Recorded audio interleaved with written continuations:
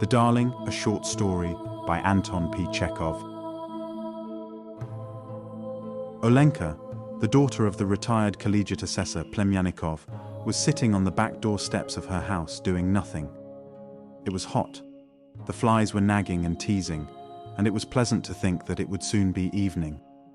Dark rain clouds were gathering from the east, wafting a breath of moisture every now and then. Kukin, who roomed in the wing of the same house, was standing in the yard looking up at the sky. He was the manager of the Tivoli, an open-air theatre. "Again," he said despairingly. "Rain again. Rain, rain, rain. Every day rain. As though to spite me. I might as well stick my head into a noose and be done with it. It's ruining me. Heavy losses every day." He wrung his hands and continued, addressing Olenka. "What a life, Olga Semyonovna! It's enough to make a man weep. He works, he does his best, his very best. He tortures himself, he passes sleepless nights. He thinks and thinks and thinks how to do everything just right. And what's the result? He gives the public the best operetta, the very best pantomime, excellent artists. But do they want it? Have they the least appreciation of it? The public is rude. The public is a great bore. The public wants a circus, a lot of nonsense, a lot of stuff. And there's the weather. Look, rain almost every evening." It began to rain on the 10th of May, and it's kept it up through the whole of June. It's simply awful. I can't get any audiences. And don't I have to pay rent? Don't I have to pay the actors? The next day, towards evening, the clouds gathered again, and Kukin said with an hysterical laugh, "Oh, I don't care. Let it do its worst. Let it drown the whole theatre, and me too. All right, no luck for me in this world or the next. Let the actors bring suit against me and drag me to court. What's the court? Why not Siberia at hard labor, or even the scaffold? Ha ha ha ha ha." It was the same on the third day. Olenka listened to Kukin seriously, in silence. Sometimes tears would rise to her eyes. At last, Kukin's misfortune touched her. She fell in love with him. He was short, gaunt, with a yellow face, and curly hair combed back from his forehead, and a thin tenor voice. His features puckered all up when he spoke. Despair was ever inscribed on his face. And yet he awakened in Olenka a sincere, deep feeling. She was always loving somebody. She couldn't get on without loving somebody. She had loved her sick father, who sat the whole time in his armchair in a darkened room, breathing heavily. She had loved her aunt, who came from Bryanska once or twice a year to visit them. And before that, when a pupil at the progymnasium, she had loved her French teacher. She was a quiet, kind-hearted, compassionate girl, with a soft, gentle way about her, and she made a very healthy, wholesome impression. Looking at her full, rosy cheeks, at her soft white neck with the black mole, and at the good naive smile that always played on her face when something pleasant was said, the men would think, "Not so bad," and would smile too.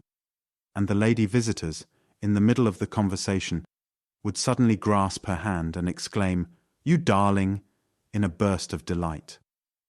The house, hers by inheritance, in which she had lived from birth, was located at the outskirts of the city on the Gypsy Road, not far from the Tivoli.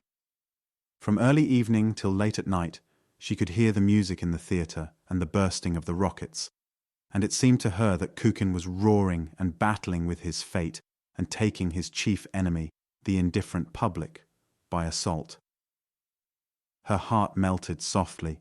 She felt no desire to sleep, and when Kukin returned home towards morning, she tapped on her window pane, and through the curtains he saw her face and one shoulder and the kind smile she gave him. He proposed to her, and they were married.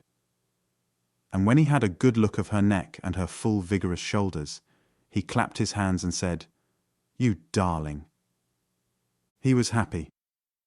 But it rained on their wedding day, and the expression of despair never left his face. They got along well together. She sat in the cashier's box, kept the theatre in order, wrote down the expenses, and paid out the salaries. Her rosy cheeks, her kind, naive smile, like a halo around her face, could be seen at the cashier's window, behind the scenes, and in the cafe. She began to tell her friends that the theatre was the greatest, the most important, the most essential thing in the world, that it was the only place to obtain true enjoyment in and become humanized and educated. "But do you suppose the public appreciates it?" she asked. "What the public wants is the circus. Yesterday, Vanichka and I gave Faust Burlesqued, and almost all the boxes were empty. If we had given some silly nonsense, I assure you, the theatre would have been overcrowded. Tomorrow, we'll put Orpheus in Hades on. Do come." Whatever Kukin said about the theatre and the actors, she repeated. She spoke, as he did, with contempt of the public, of its indifference to art, of its boorishness. She meddled in the rehearsals, corrected the actors, watched the conduct of the musicians. And when an unfavorable criticism appeared in the local paper, she wept and went to the editor to argue with him.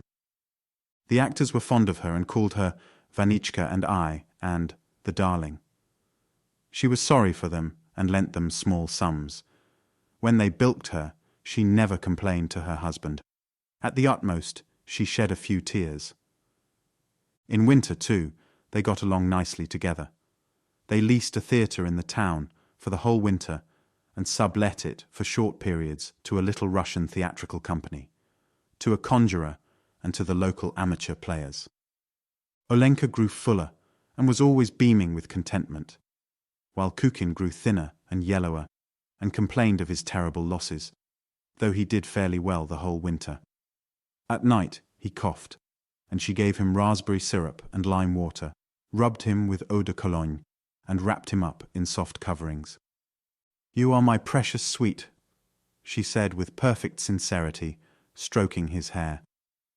"You are such a dear." At Lent he went to Moscow to get his company together, and while without him, Olenka was unable to sleep. She sat at the window the whole time, gazing at the stars. She likened herself to the hens that are also uneasy and unable to sleep when their rooster is out of the coop. Kukin was detained in Moscow. He wrote he would be back during Easter week, and in his letters discussed arrangements already for the Tivoli. But late one night, before Easter Monday, there was an ill-omened knocking at the wicket gate. It was like a knocking on a barrel. Boom, boom, boom. The sleepy cook ran barefooted, plashing through the puddles to open the gate. "Open the gate, please," said someone in a hollow bass voice. "I have a telegram for you." Olenka had received telegrams from her husband before, but this time somehow she was numbed with terror. She opened the telegram with trembling hands and read, "Ivan Petrovich died suddenly today, awaiting propt orders for Wuneral Tuesday." That was the way the telegram was written. Wuneral, and another unintelligible word, propt. The telegram was signed by the manager of the opera company. "My dearest," Olenka burst out sobbing. "Vanichka, my dearest, my sweetheart. Why did I ever meet you? Why did I ever get to know you and love you? To whom have you abandoned your poor Olenka, your poor unhappy Olenka?" Kukin was buried on Tuesday in the Vagankov cemetery in Moscow. Olenka returned home on Wednesday, and as soon as she entered her house, she threw herself on her bed and broke into such loud sobbing that she could be heard in the street and in the neighboring yards. "The darling," said the neighbors, crossing themselves. "How Olga Semyonovna, the poor darling, is grieving." 3 months afterwards, Olenka was returning home from Mass, downhearted and in deep mourning. Beside her walked a man also returning from church, Vasily Pustovalov, the manager of the merchant Babakayev's lumber yard. He was wearing a straw hat, a white vest with a gold chain, and looked more like a landowner than a businessman. "Everything has its ordained course, Olga Semyonovna," he said sedately, with sympathy in his voice. "And if anyone near and dear to us dies, then it means it was God's will, and we should remember that and bear it with submission. He took her to the wicket gate, said goodbye, and went away. After that, she heard his sedate voice the whole day, and on closing her eyes, she instantly had a vision of his dark beard. She took a great liking to him, and evidently he had been impressed by her, too, for, not long after, an elderly woman, a distant acquaintance, came in to have a cup of coffee with her. As soon as the woman was seated at table, she began to speak about Pustovalov. How good he was, what a steady man, and any woman could be glad to get him as a husband. 3 days later, Pustovalov himself paid Olenka a visit. He stayed only about 10 minutes and spoke little. But Olenka fell in love with him. Fell in love so desperately that she did not sleep the whole night and burned as with fever. In the morning she sent for the elderly woman. Soon after, Olenka and Pustovalov were engaged, and the wedding followed. Pustovalov and Olenka lived happily together. He usually stayed in the lumber yard until dinner, then went out on business. In his absence, Olenka took his place in the office until evening, attending to the bookkeeping and dispatching the orders. Lumber rises 20% every year nowadays, she told her customers and acquaintances. Imagine, we used to buy wood from our forests here. Now Vasishka has to go every year to the government of Mogilev to get wood. And what a tax, she exclaimed, covering her cheeks with her hands in terror. What a tax! She felt as if she had been dealing in lumber for ever so long. That the most important and essential thing in life was lumber. There was something touching and endearing in the way she pronounced the words: beam, joist, plank, stave, lath, gun carriage, clamp. At night she dreamed of whole mountains of boards and planks, long, endless rows of wagons conveying the wood somewhere, far, far from the city. She dreamed that a whole regiment of beams, 36 Eftoneks 5-in, were advancing in an upright position to do battle against the lumber yard, that the beams and joists and clamps were knocking against each other, emitting the sharp crackling reports of dry wood, that they were all falling and then rising again, piling on top of each other. Olenka cried out in her sleep, and Pustovalov said to her gently, "Olenka, my dear, what is the matter? Cross yourself." Her husband's opinions were all hers. If he thought the room was too hot, she thought so too. If he thought business was dull, she thought business was dull. Pustovalov was not fond of amusements, and stayed home on holidays. She did the same. "You are always either at home or in the office," said her friends. "Why don't you go to the theatre or to the circus, darling?" "Vasitchka and I never go to the theatre," she answered sedately. "We have work to do. We have no time for nonsense. What does one get out of going to theatre?" On Saturdays, she and Pustovalov went to vespers, and on holidays to early mass. On returning home, they walked side by side with rapt faces, an agreeable smell emanating from both of them and her silk dress rustling pleasantly. At home, they drank tea with milk bread and various jams, and then ate pie. Every day at noontime, there was an appetizing odor in the yard and outside the gate of cabbage soup, roast mutton or duck, and, on fast days, of fish. You couldn't pass the gate without being seized by an acute desire to eat. The samovar was always boiling on the office table, and customers were treated to tea and biscuits. Once a week, the married couple went to the baths and returned with red faces, walking side by side. "We are getting along very well, thank God," said Olenka to her friends. "God grant that all should live as well as Vasitchka and I." When Pustovalov went to the government of Mogilev to buy wood, she was dreadfully homesick for him, did not sleep nights, and cried. Sometimes the veterinary surgeon of the regiment, Smirnov, a young man who lodged in the wing of her house, came to see her evenings. He related incidents, or they played cards together. This distracted her. The most interesting of his stories were those of his own life. He was married and had a son, but he had separated from his wife, because she had deceived him, and now he hated her and sent her 40 rubles a month for his son's support. Olenka sighed, shook her head, and was sorry for him. "Well, the Lord keep you," she said, as she saw him off to the door by candlelight. "Thank you for coming to kill time with me. May God give you health. Mother in heaven." She spoke very sedately, very judiciously, imitating her husband. The veterinary surgeon had disappeared behind the door when she called out after him, "Do you know, Vladimir Platonych, you ought to make up with your wife. Forgive her, if only for the sake of your son. The child understands everything, you may be sure." When Pustovalov returned, she told him in a low voice about the veterinary surgeon and his unhappy family life. And they sighed and shook their heads and talked about the boy who must be homesick for his father. Then, by a strange association of ideas, they both stopped before the sacred images, made genuflections, and prayed to God to send them children. And so the Pustovalovs lived for full 6 years, quietly and peaceably, in perfect love and harmony.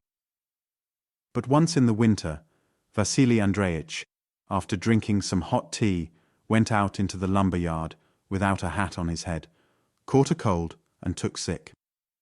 He was treated by the best physicians, but the malady progressed, and he died after an illness of 4 months. Olenka was again left a widow. "To whom have you left me, my darling?" she wailed after the funeral. "How shall I live now without you, wretched creature that I am?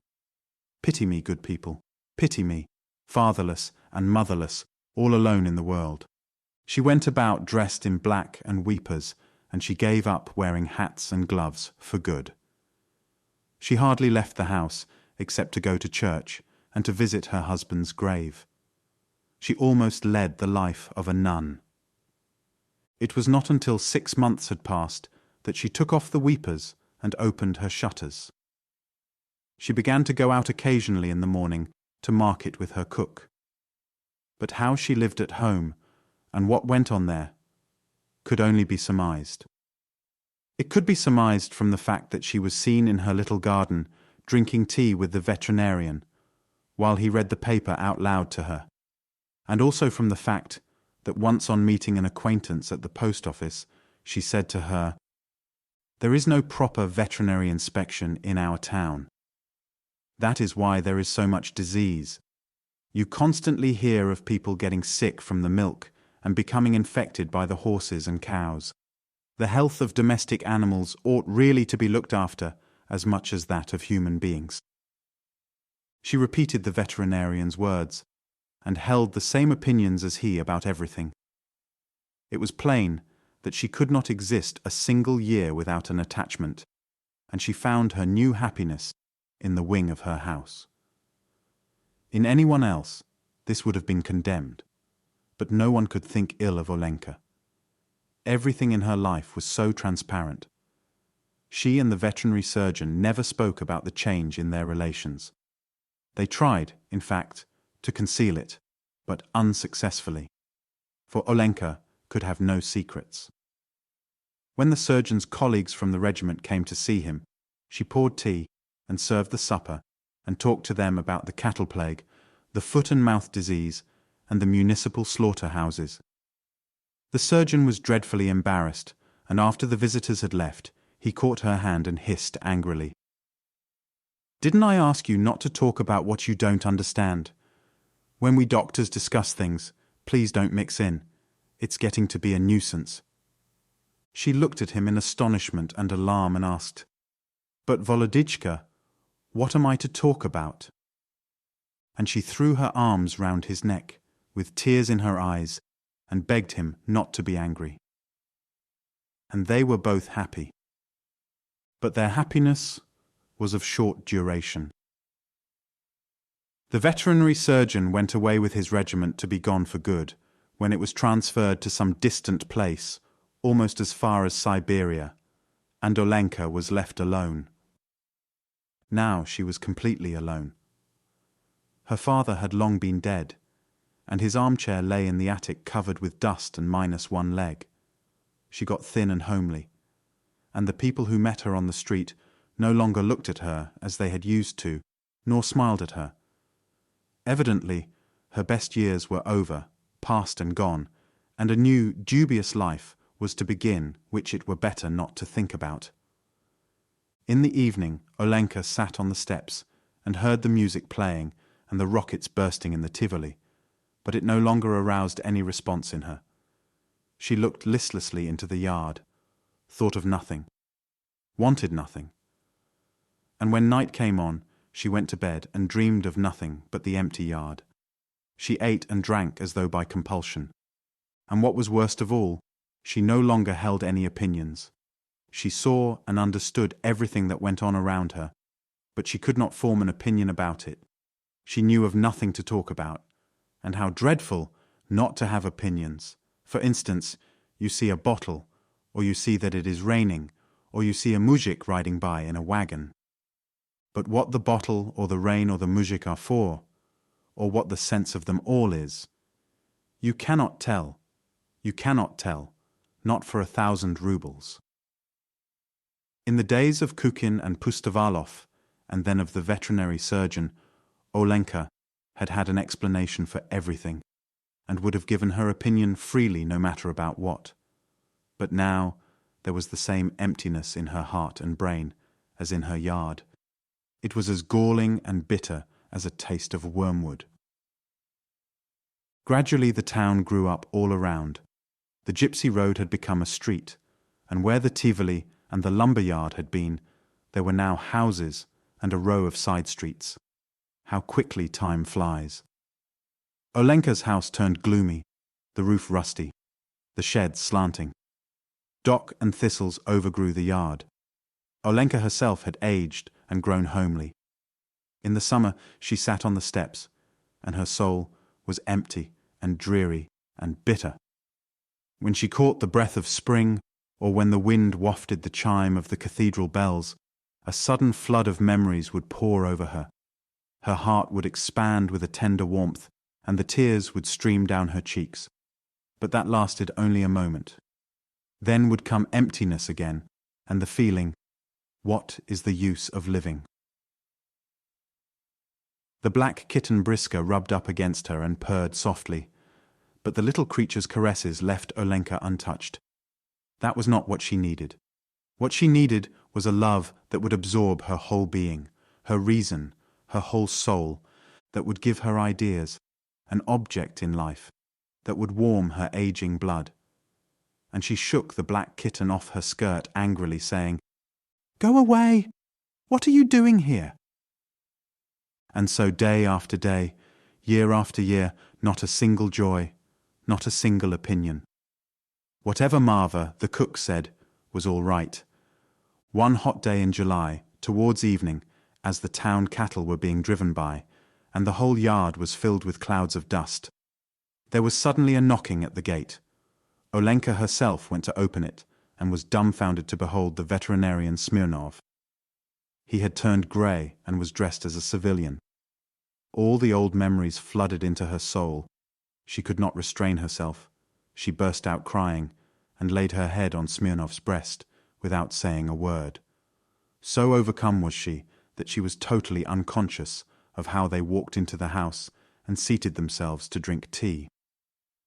"My darling," she murmured, trembling with joy. "Vladimir Platonich, from where has God sent you?" "I want to settle here for good," he told her.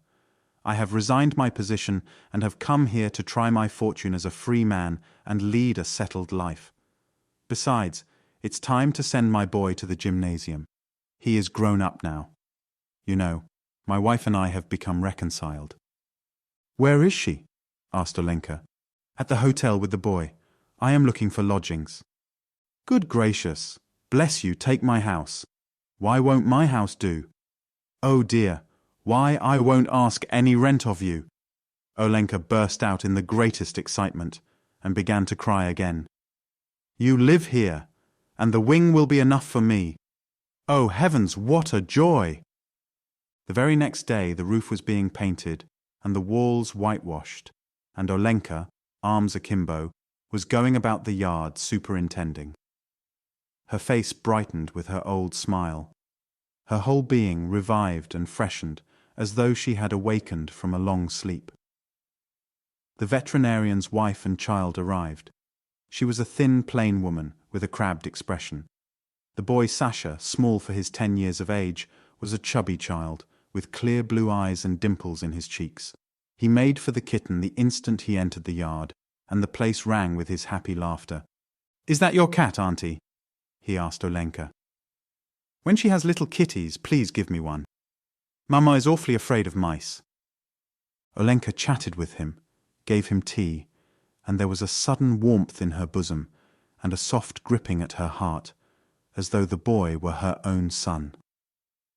In the evening, when he sat in the dining room studying his lessons, she looked at him tenderly and whispered to herself, "My darling, my pretty, you are such a clever child, so good to look at." "An island is a tract of land entirely surrounded by water," he recited. "An island is a tract of land," she repeated, the first idea asseverated with conviction after so many years of silence and mental emptiness. She now had her opinions, and at supper discussed with Sasha's parents how difficult the studies had become for the children at the gymnasium. But how, after all, a classical education was better than a commercial course, because when you graduated from the gymnasium, then the road was open to you for any career at all. If you chose to, you could become a doctor, or, if you wanted to, you could become an engineer. Sasha began to go to the gymnasium. His mother left on a visit to her sister in Chekhov and never came back. The father was away every day inspecting cattle, and sometimes was gone 3 whole days at a time, so that Sasha, it seemed to Olenka, was utterly abandoned, was treated as if he were quite superfluous, and must be dying of hunger. So she transferred him into the wing along with herself, and fixed up a little room for him there. Every morning Olenka would come into his room and find him sound asleep with his hand tucked under his cheek, so quiet that he seemed not to be breathing. What a shame to have to wake him, she thought. "Sashenka," she said sorrowingly, "get up, darling. It's time to go to the gymnasium." He got up, dressed, said his prayers, then sat down to drink tea. He drank 3 glasses of tea, ate 2 large cracknels, and half a buttered roll. The sleep was not yet out of him, so he was a little cross. "You don't know your fable as you should, Sashenka," said Olenka, looking at him as though he were departing on a long journey. "What a lot of trouble you are. You must try hard and learn, dear, and mind your teachers." "Oh, let me alone, please," said Sasha. Then he went down the street to the gymnasium, a little fellow wearing a large cap and carrying a satchel on his back. Olenka followed him noiselessly. "Sashenka!" she called. He looked round, and she shoved a date or a caramel into his hand. When he reached the street of the gymnasium, he turned around and said, ashamed of being followed by a tall, stout woman, "You had better go home, Aunt. I can go the rest of the way myself." She stopped and stared after him until he had disappeared into the school entrance. Oh, how she loved him! Not one of her other ties had been so deep. Never before had she given herself so completely, so disinterestedly, so cheerfully as now that her maternal instincts were all aroused. For this boy, who was not hers, for the dimples in his cheeks and for his big cap, she would have given her life, given it with joy and with tears of rapture. Why? Ah, indeed, why? When she had seen Sasha off to the gymnasium, she returned home quietly, content, serene, overflowing with love. Her face, which had grown younger in the last half-year, smiled and beamed. People who met her were pleased as they looked at her. "How are you, Olga Semyonovna, darling? How are you getting on, darling?" "The gymnasium course is very hard nowadays," she told at the market. "It's no joke. Yesterday the first class had a fable to learn by heart, a Latin translation, and a problem. How is a little fellow to do all that? And she spoke of the teacher and the lessons and the textbooks, repeating exactly what Sasha said about them. At 3 o'clock, they had dinner. In the evening, they prepared the lessons together, and Olenka wept with Sasha over the difficulties. When she put him to bed, she lingered a long time making the sign of the cross over him and muttering a prayer. And when she lay in bed, she dreamed of the far-away misty future when Sasha would finish his studies and become a doctor or an engineer, have a large house of his own, with horses and a carriage, marry, and have children. She would fall asleep still thinking of the same things, and tears would roll down her cheeks from her closed eyes, and the black cat would lie at her side purring, "Ma, ma, ma." Suddenly there was a loud knocking at the gate. Olenka woke up breathless with fright, her heart beating violently. Half a minute later there was another knock. A telegram from Chekhov, she thought, her whole body in a tremble. His mother wants Sasha to come to her in Chekhov. Oh, great God! She was in despair. Her head, her feet, her hands turned cold. There was no unhappier creature in the world, she felt. But another minute passed. She heard voices. It was the veterinarian coming home from the club. Thank God, she thought. The load gradually fell from her heart. She was at ease again. And she went back to bed, thinking of Sasha, who lay fast asleep in the next room, and sometimes cried out in his sleep, "I'll give it to you. Get away. Quit your scrapping."